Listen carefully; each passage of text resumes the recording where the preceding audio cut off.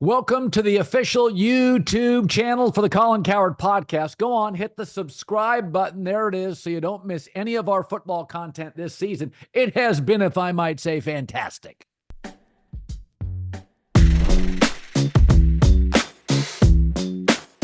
All right, instant reaction. Plus, I'm going to have Matt Mosley in 15 minutes on the Cowboys mess. He's and Ed Werder have been doing the Doomsday podcast forever.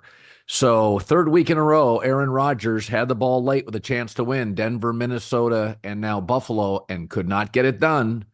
I've said this for years. The strangest stat about Aaron Rodgers is how few come from behind wins he has, considering how many big close games he's been in. The Jets lead the NFL in penalty yards, are second in total penalties. 22 total penalties between the two teams tonight. Did not love the officiating. I thought there were two calls that really bothered me. The one, when Aaron Rodgers tucked it, got hit, fumble, would have been huge for Buffalo. They called it an incomplete pass. Didn't like that call at all. Also, a Jets pass interference wiped out with an unnecessary roughness against Buffalo. Did not like that call at all. I don't complain about officiating. All right, I don't. That's what you do. You're fans. I get it. I don't. But I thought I didn't like either of those calls. And again, this game came down. So I had predicted before the year, Buffalo will win this division for the fifth straight year, mostly because of Josh Allen. And then the Jets, New England will stink. They'll be fourth. And then the Jets and Miami will go down to the end of the season battling for the playoffs, the final weekend. And I said, I don't know if I had either one of them in the playoffs. I don't think I had the Jets in the playoffs. And I may have had Miami, but I think they'll go down to the final week. And I think if Tua comes back here and plays the rest of the season, Miami will heat up. So the Jets are now 2-4. Bills are 4-2. So it's working out. The Jets are fine, though. Don't overreact. They've got Justin Fields coming up. They've got Drake May around the corner. They got Anthony Richardson coming up. They've got a stretch of really weak quarterbacks. And Aaron's playing pretty well. As the Bills won tonight 23-20, there were opportunities for both teams. But when you get into these games like tonight, these big division games, it doesn't matter if it's Cincinnati playing Baltimore. Lamar Jackson was the difference. You know, when you watch these big divisional games, it's the quarterback making a play. And two plays at the end of this game by the Bills, and they made the two big plays in the game. Actually, three. The safety for the Bills, Rapp, who went to the University of Washington, good player, bounced around, had some injuries in his career, physical safety, broke up what appeared to be a potential catch by the Jets. Huge play by Rapp. Then Taron Johnson with one of the best interceptions I've ever seen. It felt like Ed Reed. I hope everybody understands how great of a play that was by Taron Johnson of Buffalo. He literally had to do a U-turn, turn around. Mike Williams slipped on one of his only targets tonight, and Johnson held on to the ball. That is an all-time play. That's Ed Reed. That is incredible. So those two plays by the defense, then Josh Allen running for the first down. And again, it's very Lamar Jackson. It's very Mahomes. It's just an ad-libbed play where a supreme athlete outruns somebody else to the sticks, and that's the ball game. There's not a lot of blame to go around. I mean, obviously the Jets got rid of Nat Hackett and the offense looked better. That's what Robert Saleh wanted to do and got fired. Robert Saleh, the best coach on the staff, got fired. He's a defensive guy, and I don't think the Jets' defensive play was as good tonight. It wasn't as tight. So if Saleh would have remained the coach and been allowed to demote Nat Hackett, that could have been the ball game. I think Saleh's the best coach on the staff. But, Bill Belichick took a shot at Woody Johnson, and Belichick's had a much greater career than Woody Johnson, certainly in football. And he was talking to Eli and Peyton Manning on the Manning cast, and he said, ready, fire, aim, which is kind of an old line used around the NFL for disorganized and impulsive owners.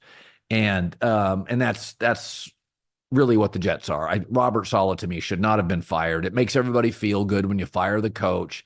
He's the best coach on that staff. The defense was not as tight tonight. Listen, I got reams of notes here. It's 23-20. Let's be honest. Let's be fair here. The Hail Mary, you get about one of those every 4 years as a quarterback. That Hail Mary makes it 2017 at half, or it's 2010 Bills at half. So that's a bit of a break. I felt like the Bills earned the win more than the Jets earned keeping it close. It's a Hail Mary. It's called that for a reason. Also, the fumble that wasn't a fumble on the Aaron Rodgers passing, tucking it back. Didn't love that. It's not like there weren't any calls that didn't go, against the Jets tonight, but you know, Josh Allen, in the second quarter, that scrambling play to Matt Hollins. I mean, that was just an incredible touchdown pass to him to put the Bills up 13-10, but the scramble play and throw to Davis earlier, it's just so unique. Josh is such a unique all-time talent. Also, the Jets missed 2 field goals tonight. So this thing's just, I really feel like watching Aaron Rodgers struggle in late game situations, the owner being impulsive, the field goal kicker missing 2 kicks tonight. And Aaron, the last couple of weeks, he's gotten the crap hit out of him. He's taken shots. This feels like Aaron Rodgers last season. I just don't know. It's a circus. He's going to get blamed for this. We have to be honest. You can blame whoever you want. It's now Aaron's team. And Denver, Minnesota, and the Bills tonight. He was the second best quarterback on the field in long stretches against the Vikings in the first half, certainly, and he was the second best quarterback on the field tonight. And I do think Aaron is playing for his age at a really pretty high level. But he's taken hits. They've already had to demote his offensive coordinator. They fired his coach. You're looking around, and remember, Aaron was in Green Bay. Well, they just don't do any of that stuff. They don't do any of that stuff. So he goes from a really shrewd, patient, winning culture in Green Bay. I mean, he's been injured. They fired his coach. They demote his buddy. He's getting rocked. I just don't see him coming back. I don't. It just, everything, it's the drip, drip, drip effect. It just wears on Aaron, who's not terribly patient anyway. And by the way, I don't think any of us are. I think as I've gotten older, I'm less patient than I was years ago. You get to a certain standard, you want things done a certain way. I'm probably much less patient than I was in my 20s or 30s. So, Aaron's eye rolls, I mean, he was frustrated on that bench. You got a kicker missing 2 kicks. In the biggest game for the Jets, who are now 2-4, I think they'll be fine. I think they're going to finish. I thought they'd be like a 9-8, 10-7 team. That's about where they're going to finish. And Buffalo's going to end up with probably 11-12 wins. They didn't have their best running back tonight, James Cook. And to go on the road, have a couple of calls go against him, and just make the 3 biggest plays of the game, Buffalo made all of them.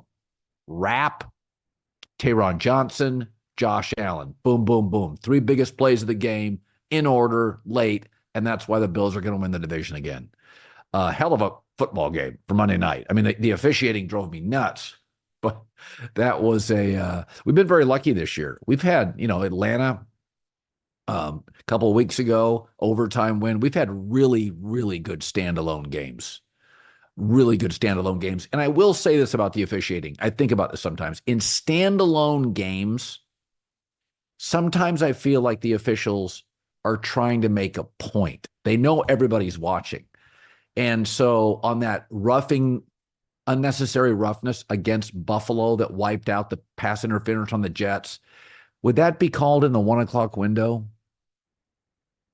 Maybe, maybe not. But I felt like it was one of those things, the league's watching. We're not going to tolerate the extra sauce. We're just not going to tolerate it. I feel like sometimes in standalone games, I feel like the NFL does that in the preseason. Like they will overcall a new rule just to make it very clear to the players, we're not going to allow this or tolerate this. I felt like tonight a couple of times they were trying to make a point. The Buffalo Bills. So right now in the AFC, Josh Allen leads his division. Lamar Jackson leads his division. Lamar would be my MVP. CJ Stroud leads his division. Mahomes leads his. Easy to predict. 4 for 4. I'm sure you probably did the same thing. Best quarterbacks lead their division. I think the NFC isn't quite as good at the top, and so it'll work itself out. San Francisco now, I think, feels like it's kind of separating from the rest of the NFC West. The Rams off a bye are getting a little healthier, but it may be a little late. I mean, they'd have to go on a 5 or a 6 game winning streak to get back at the top of that division. So coming up next, Matt Mosley, been covering the Cowboys forever on the circus, and I mean circus that is Dallas. And not only did the Hail Mary make this game closer than it would have been, but the Jets' wins this year are against Will Levis and the Titans and Jacoby Brissett and the Patriots. And teams that start 2-4 have only an 11% chance to make the playoffs. So the Hail Mary, you trail 20-10 at half. It may never cinch up. Buffalo's the better team. Buffalo's got the better quarterback. Buffalo made the 3 big plays at the end of the game. Buffalo keeps winning this division. If you start 4-2, that's the Bills. You make the playoffs 64% of the time, and they will. Thursday Night Football is on. It's only on Prime Video. Best season yet, packed with big rivalries and even bigger stars. Al Michaels, Kirk Herbstreit, Kaylee Hartung every week. Games you can't miss. Coverage begins at 7 Eastern with football's best party. TNF tonight, Thursday Night Football tonight. If you're not a Prime member, no problem. Sign up. 30-day free trial. Cancel anytime. Thursday Night Football, and it's on Prime Video. Restrictions apply. See Amazon.com/Amazon Prime for details. If you're ever injured, check out Morgan & Morgan. It's America's largest injury law firm, and they are there for you. Over 100 offices nationwide. Think about that. More than 1,000 lawyers with over $20 billion, that's a B, $20 billion recovered for over 500,000 clients. Things happen in life unexpectedly. Submitting an injury claim with Morgan & Morgan is really, really easy. Like winning in the NFL is hard. We know that quarterbacking in the NFL is hard. Submitting a claim is easy. You're ever injured? Check out Morgan & Morgan. Their fee is free unless they win. For more information, go to forthepeople.com/Colin or dial pound law from your cell phone. Morgan & Morgan has a proven track record of fighting for you to get a full and fair compensation if there's an unexpected accident in your life, and I've had a few. The roller coaster of an NFL season's moving right along, and it promises to be a month full of tricks, treats, and, of course, touchdowns. And DraftKings Sportsbook, an official sports betting partner of the NFL, is the #1 place to always bet touchdowns. Running it in from the 1 or an 80-yard bomb, we don't care how they score them. We want to bet them. DraftKings heard us and is delivering. If you're ready to place your first bet, make it simple. Bet on a player scoring a touchdown. Go to DraftKings.com and DraftKings Sportsbook's app. Make your pick. Here's a reason for new customers to do a touchdown dance of their own. Bet 5, that's it. Bet $5, get 200 instantly in bonus bets. DraftKings, the #1 place to bet touchdowns. Download their app, takes 90 seconds. The code is Colin, COLIN. Use the code Colin. Bet $5, get 200 bonus bets instantly. Only on DraftKings, the crown is yours. All right, our buddy Matt Mosley is stopping by the Doomsday Podcast, All Cowboys with Ed Werder. He's been doing this forever. Also has an ESPN radio show. And so from the outside, I look at this and I think Packers blew them out at home last year. Saints blew them out. Ravens really did blow them out, although they caught up in the second half a little. Lions blew them out. Games weren't super competitive. I mean, I've said this before the season, is they have one great weapon in a league now that's weapon-filled. Dak's contract limits a lot of depth. Micah's very good player, doesn't feel as good, he's been out, as a Myles Garrett or a TJ Watt. He's just a very good player, but he's not a game decider. This roster just doesn't feel like it's a top 10 roster. Am I out of bounds saying that? No, I don't see how you could watch what's happened, Colin, and those 3, and now if you count the Green Bay, 4 straight home losses. The identity for this team was they were a really good regular season team, and they were a great home team. And so far now, they've completely lost that. And, the fact that they don't have any depth, that could have been addressed even before they committed the enormous money to CD and Dak. That was not addressed at all. And in fact, if you look at who they're playing on the defensive line right now, none of those players were even in uniform. I'm talking about the other day, Sunday, August 14th. Those are all players they've just had to bring in. So they're really only hope. I mean, I do think Micah potentially is, maybe the best defensive player in the NFL. I may have him a little higher than you do. The problem is, and you've seen this happen with other teams, like they were so ready to part ways with Dan Quinn because, they had that horrible thing happen against Green Bay. But like all these takeaways and all these huge, game-changing plays that you're looking for, that happened for a few years under Dan Quinn. So, I mean, I think the thing that Jerry's having to deal with right now is, and I've seen him like this before, man, he's looking at what, like even the Commanders, even in a losing effort, to have Jaden Daniels and then have Dan Quinn, who was on his staff for several years, and to actually have positive momentum. And he's looking at what the Lions coming in here and literally just clowning on him. And he's just in jealous mode. He's in the mode of, how did this happen? How do we have this much of a deficit? And so, I mean, yesterday, he was lost. Like he generally can put on the happy face. It was his 82nd birthday yesterday, and they get crushed 47-9, and that's as down as I've seen him in a while. Like he didn't have any answers, and much like they did a few years ago when they went and traded for Amari Cooper, I don't think help's on the way. I don't feel like there's anything truly they can do and turn this thing around. But it's pretty unbelievable that they're getting crushed like they are. How much power does Stephen Jones have? Does he listen to him? Does Jerry ever acquiesce? We know Jerry and his vanity, it's kind of laughed at around the league where he holds these press conferences. Does he ever just take a backseat to Stephen Jones? Yeah. Stephen does have a big say. But if Stephen, for instance, had wanted to be more active this offseason, the Cowboys could have been more active. So I would say this offseason, he kind of sided with Jerry. The problem is, of course, Jerry had a PR nightmare on his hands because Jerry, unbeknownst to Stephen, started talking about, hey, we're all in. We're going to be all in.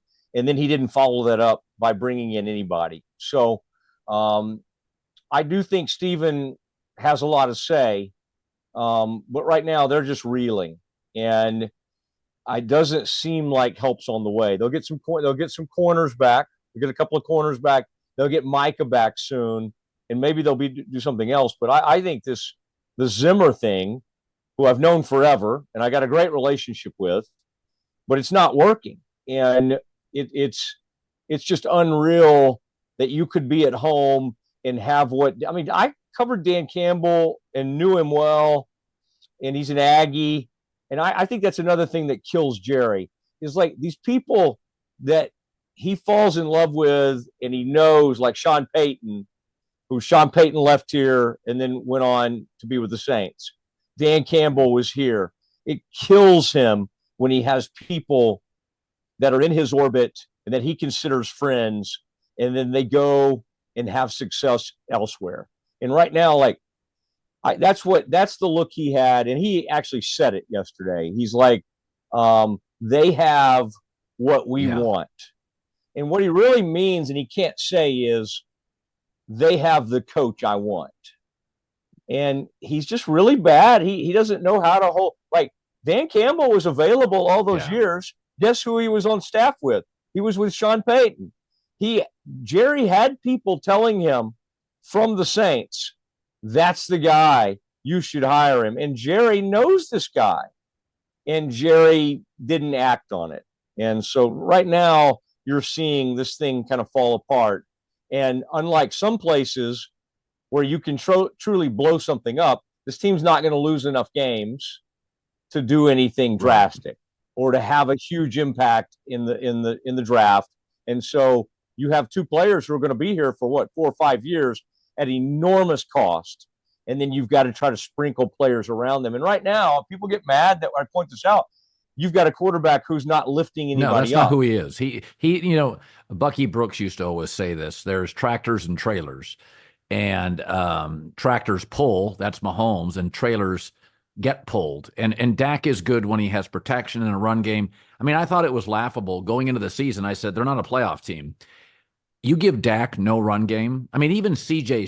Stroud, who's a really good quarterback, or a Justin Herbert, who are considered higher end quarterbacks and throwers of the football than Dak, they have struggled without a good run game. I mean, C.J. Stroud gets Joe Mixon back. Oh, the Texans look great. Dak, with the worst running back room in the league, is a C quarterback. That's what he is. Yeah. It's what it looks like. And he has his moments, but you talked about it. The Derrick Henry thing, he was out there. He made it known the Cowboys would be a team he would love to be around, love to be with. There. And this is not the old the running back where you have to pay a ton. I mean, like literally 2 years, $16 million. And Jerry, when I quizzed him about that after that Ravens game, was just like, no, we can't afford him. We can't do that. I mean, I think when you're watching how he's playing, you could say they really couldn't afford not to have him.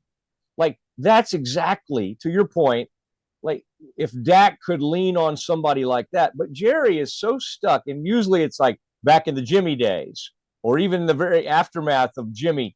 And, of course, Campo is the one back in the day who brought in Zimmer, and Zimmer became a big part of the Cowboys family. But in times of stress, Jerry goes for these people he knows and has history with, and he even does that with players. It's one thing to do it with coaches, but he did it with Zeke. And literally, he just has a guy who really doesn't have much tread on his tires, who's kind of a leader, but doesn't have anything left to do. So it's a very frustrating, it's a rough place to be Who right would, now. Mike Vrabel's out there living in Park City, Utah, quick flight to Dallas. I don't know if he'd want that circus. I've said this before. Philadelphia, with a loaded roster, will have an opening at head coach. I think that goes without question. You start looking around the league, and there are some teams here. New Orleans will need it. Derek Carr, I think that's a wash. Although I do think their ownership and their front office, Mickey Loomis, is really, really strong, stronger than Dallas. Trevor Lawrence, Jacksonville. I mean, he's obviously regressed under Doug Peterson. There's some really interesting quarterbacks. A Jalen Hurts, a Trevor Lawrence. Could need a coach. Joe Burrow, if Cincinnati goes in a 7-game losing streak, Joe Burrow could need a coach. My take is Dallas has become a bit of a circus. It's why the Lakers and Dallas have too many Joneses and too many buses in the building, not enough outside influence, very insular, big brands, but the brand's bigger than the team and better run than the team. I mean, I don't think Dallas is a great job. I don't think it's a good roster. I think Jerry talks too much. I mean, is it, it's funny. People say, well, it's the high profile. Jerry doesn't pay the most in the league. Jeffrey Lurie can pay. There are places that Bob Kraft would pay. Is the Cowboys a good job? I think Jerry is desperate right now. And so, I mean, it's a crazy job. It is a circus. But in some ways, I mean, Will McClay's pretty good personnel guy. You have to deal with Jerry. But when Jerry gets this desperate, which I expect him to be in the coming weeks, that's the only time he makes like big swings like he did with Bill Parcells. Now, that was to get the stadium built.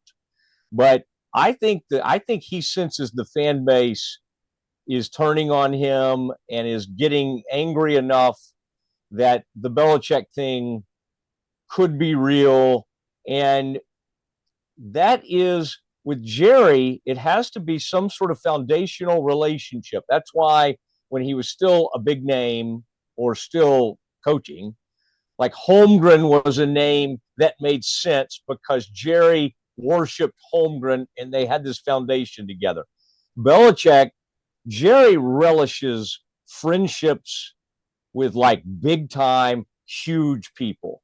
And he loves the fact that Belichick goes around saying, I respect Jerry Jones. Right. Like I could work for Jerry Jones. So I think Bill's saying that to people right now. I think he wants back in the game enough that he would put up all the stuff with Jerry. But you see, he would handle himself just like Bill did. And Jerry, to a certain extent, would be miserable in that kind of setting. But I think it's getting to the point where he would seriously think about, and that's where it becomes somewhat of an attractive job, because he would like Micah Parsons being here, and he would like a quarterback being here. And I would say there are people out there that value Dak more than you do. And I think Belichick might be one of those guys. Yeah, I mean, it's I've always considered Dak like the best of the B+ guys. He and Kirk Cousins. Kirk throws a better ball. Dak moves better, but they're the best of the A- B+ guys. And I think both need help. Kirk in his career has had a better stable of receivers. A lot of his career, Dak's had maybe better running backs, but right now Kirk is flourishing with Atlanta. You know, Jerry and Steven largely run personnel along with the aforementioned guy. What was his name? Will Clay. You think Jerry would ever relinquish that to get the right coach? Not in a million years. All right. And he just that's just what he believes, and there's no talking him out of it. And even when somebody asked him yesterday something about, are you going to take ownership over kind of what's happening? He just stopped them and he said, I am the owner. Now, he said we're in the proverbial Esser yesterday, and so he's admitting, but Jerry, in his mixed up way, thinks he's the only one that can ever save anything. Yeah. And so to change the way this is handled now, someday when Jerry is gone in like 25 years, Jerry would leave word with Steven to never relinquish it, but Steven would operate in a different way, in a much different way than Jerry. But Jerry does lean on people, and I think Belichick is so desperate to get back in and go out in a different manner that I think he would be willing to put up with some of Jerry's stuff. Bill wanted to make $6, $7, $8 million this year, just so he's got a lot of money, but Bill wanted to stay front and center, make some money. These coaches, I mean, Nick Saban, the minute he could get on TV, Saban's great, by the way. Belichick's fine. When they get him in certain roles, he's good, but he wants to coach. I had Sean Payton at Fox for a year. Sean wanted to coach. Bill Parcells a couple of times did TV. The minute coaching came back, boom, it was in his blood. Some of these guys, often the less successful coaches, who've been fired a couple of times, they like TV. They see TV as a gateway to endorsements and fun and more golf. Belichick, he's got a boat, but he's not sitting on a golf course too much. He's too smart. Peyton's the same way. They're too bright. They're too driven. Are there any empty seats at Cowboy games? I mean, has the apathy spilled over to merchandising or seats? Okay. No. I mean, are there more visitors and I think Jerry World? Are there more visiting fans? Always, though. I mean, through good years and bad years, it'll be embarrassing when the Texans come on this current trajectory. The Texans will have plenty of fans. The Eagles will have fans. The Lions were taking over that stadium yesterday. Jerry doesn't really mind that. He hates it when I bring it up, and I've done it in the past, and he gets mad at like a Seattle game. But the whole spectacle of it, he's kind of okay with that. He knows he's going to fill the stadium. I think the only thing that ever would give him pause is just like what happened a few years ago when they flexed out of a Cowboys game. Yeah. Somebody did that. I think it was NBC. And that's shocking. I mean, Al Michaels used to joke that they would take a Cowboys game every week. What's Fox doing with Tom Brady? Like he's done like 4 Cowboys games, right? They're just like, let's just make him the beat guy for the But Cowboys. I think that's changing. I think Green Bay and Detroit and San Francisco, I've said this before, I don't think Dallas is America's team. I think the Niners are. If you anywhere Denver West, the Niners fill the stadium. And they've been so good for a majority of the last 12 years I think they're such a star-studded team that I think if you ask Fox executives, I mean, especially Dallas getting ripped at home, everybody still gets Dallas. But I could see for the next 3, I mean, let's be honest now. Big market Chicago with Caleb Williams, big market San Francisco. Green Bay's a big brand. If Dallas is an 8 and 9 team, remember the Steelers used to be on TV a lot, and they're probably the second biggest brand in the league. They get flexed out. People don't want the Steelers on television. They're boring. They want the Ravens on TV. And I do think there's something to be said. Dak is he has an ascending paycheck. He's not an ascending player. And I look at these big markets Houston gets on TV more. Caleb Williams. How about when Washington, Matt, is now good? That's like the 7th biggest city in the country. I think there's some big national markets with ascending star, exciting quarterbacks. I can see Dallas. I can see people at Fox just saying they're just not that interesting. I mean, I found myself yesterday bailing on that Cowboy game a second time this year. I'm like, they're just not that much fun to watch. Yeah, I wish I had that opportunity yesterday, just to kind of walk out of there. But I still think, boy, one flex out in the past 15 years, and my sense is that even when they're 500, people are still fighting to have them on. You make an interesting point. I still think when they go places, it's kind of crazy the amount of Cowboys fans that show up, and I've just seen it over and over and over. So I still would not make an America's team. I think the Patriots became America's most hated team. I think that used to be the Cowboys for years. And it was like Brady and the Patriots surpassed them in like the villains.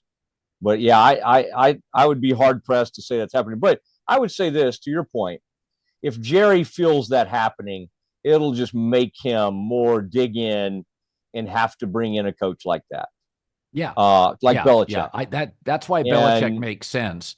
They don't, with Dak's contract, they don't have a lot of offensive firepower. And the truth is, their defensive pieces aren't terrible. I mean, they're not. They're all banged up. I think it's becoming such a quarterback league. I just know personally, I like watching Kansas City 1, Baltimore 2, San Francisco 3, and I think Detroit and Green Bay and Chicago now. Good God, the NFC North, the 4 leading teams in the NFL on point differential, all 4 in the NFC North. That's like a track teams in that division. It's amazing how good they are.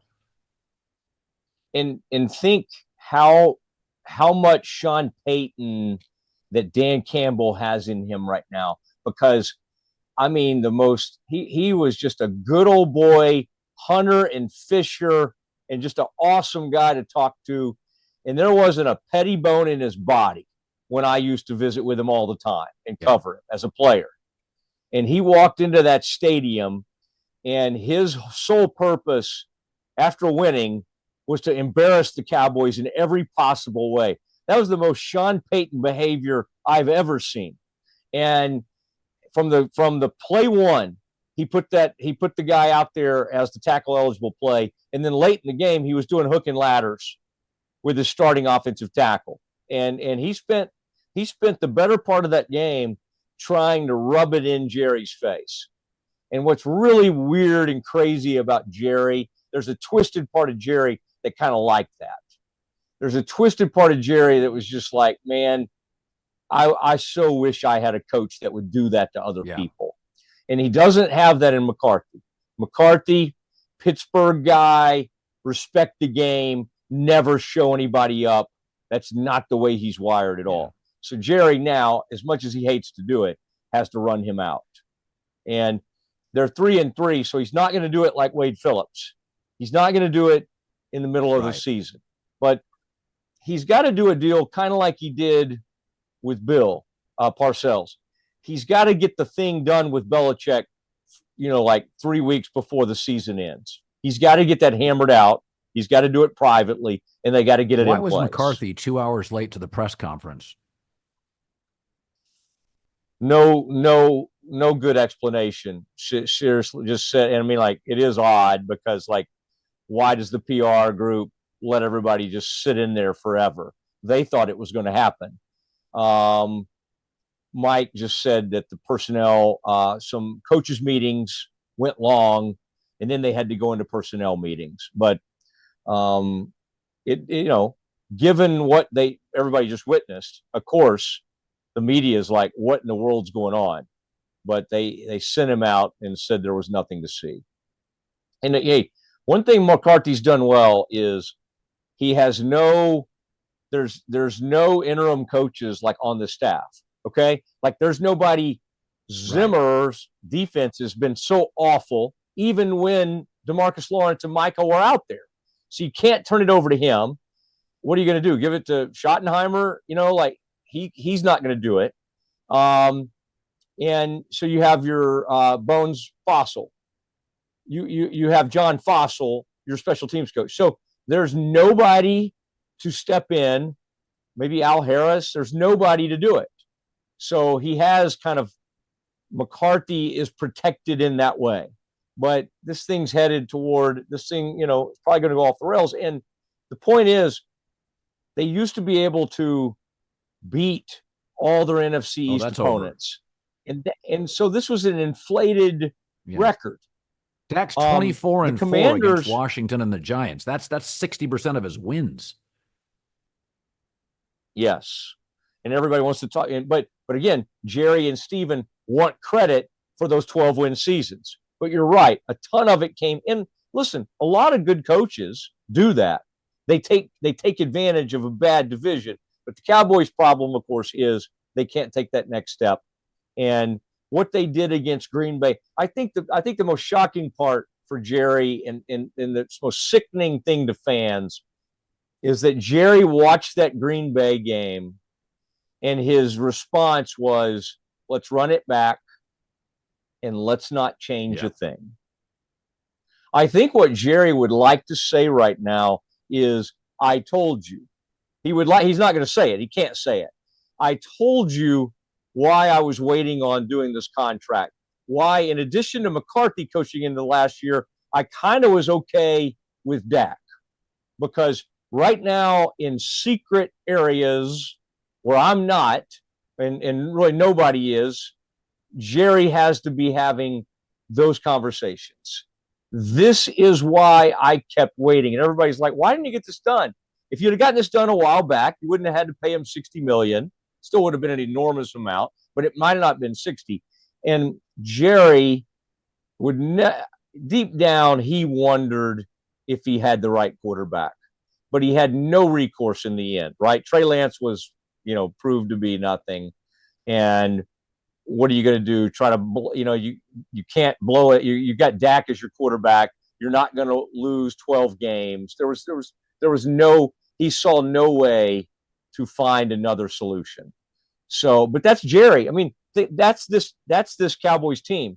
Their solution always in the end is, well, we're just going to have to pay top of the market money. They say they don't want to, but they always end up having to do it. And then they want to claim we're the only team doing that. There are other teams doing that, right? I mean, there's other teams that have star quarterbacks and star wide receivers. The Cowboys are not the only team, but they want to portray it. We're the only team in this situation that we have to commit $95 million a year. By to the way, players. They drafted Oklahoma left tackle. What's the verdict on him? Just kind of like average so far. Put him in there at left tackle. Because of that injury, Tyler Smith had to kick out there, and I honestly think they kind of like what they saw. So I think they have a tremendous future with Tyler Smith. Way too early on Guyton to either say he's great or say he's horrible. Like, I've seen guys who are horrible. He's not that. Like, he's going to be given chances. But I think that the scariest thing for anybody associated with the Cowboys is that on the pass blocking grade, and I know you love PFF, and sometimes you question them and you do the film work on your own. I think Zach Martin got a 0.0 on his pass blocking. His overall pass blocking grade was like a 28. He got crushed. He got annihilated. And this is a guy who's going to be perhaps in the Hall of Fame someday. He's been one of the best guards in the league for like close to a decade. And it seems, at least in that game, it seems like it's falling apart. They're in a bad, and to your point earlier about Dak, I will say that's the biggest distinction between he and Romo. Romo took players like Miles Austin and LaRon Robinson and Gerard on the offensive line, and he elevated them. Say what you will about his playoffs, and I get that. That's a fair criticism. But he was talented enough to lift kind of middling players and lift the team. And boy, Dak's not doing it right now. No. Tony Romo had bad offensive lines. They got good the minute he retired. So Dak has had the best running back in the league. Dak's had the best offensive line on average over the last 8 years.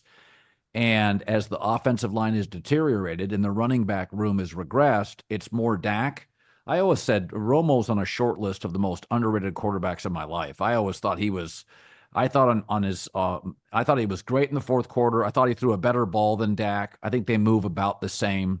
I think they both had leadership abilities. I think Dak's a little bit more of a CEO feel than Tony Romo, who's a little squirrelier as a guy. But no, it's Romo never got the credit he deserves. Dak's gotten more credit than he deserves. That's my take. And I'm fine with Dak, but I've said this, Kirk Cousins is better than Dak. They both made a ton, but it's a sit in the pocket and throw, and Kirk Cousins, again, is going to win his division again this year. So, I think you can win in this league if you're paying a ton of money at quarterback for a star, Lamar, Mahomes, or you can do it with a rookie quarterback on a rookie deal and surround him with stars. You cannot be a viable Super Bowl team if you're paying a B quarterback to a B plus quarterback A plus money.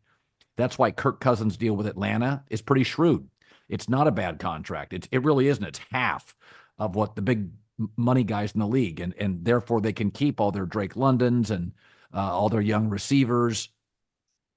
Yeah, it's wild though to watch how great Jared Goff looks, and you saw him up close and personal, and they were so ready to move off him. So ready. They were like, give us like a 36-year-old dude who's taken a million hits. We need this guy out of here. And right now, I mean, like, is there anybody playing? I mean, you might think of one or two guys in the league right now playing or hotter than Jared Goff. So it is kind of wild when you put people around them, what they can do. And he's, and hey, maybe this Dan Campbell can coach a little bit. I think when you give Jared Goff a good O-line and a run game, Todd Gurley, Andrew Whitworth, and the Rams, he can get you to the Super Bowl. And, I always thought he was Matt Ryan, but better arm, better talent, but kind of Matt Ryan. Matt Ryan won an MVP and got to a Super Bowl as well. Matt Mosley does the Doomsday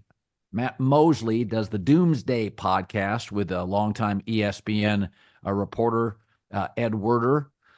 So we did this before the Monday Night Football game, so I'm going to watch. I think Aaron Rodgers is going to play well tonight. That's my guess. We'll see how it works out. But Buffalo's all beat up. James Cook is not going to play the running back. That hurts a lot. They're still missing some people in the receiving corps. So I think Aaron's going to play well. I think the Jets have a chance to win. I think Jerry was kind of jealous of Woody for making that move. Like, hey, you can do that. You can pull the, you can do that that early in the season. That's interesting that you think that. I would think it would be more of the same, but maybe they'll rally around this new coach and they'll get something. But it'll be fascinating to watch either way. Matt, great seeing you as always, buddy. Well, appreciate you having me.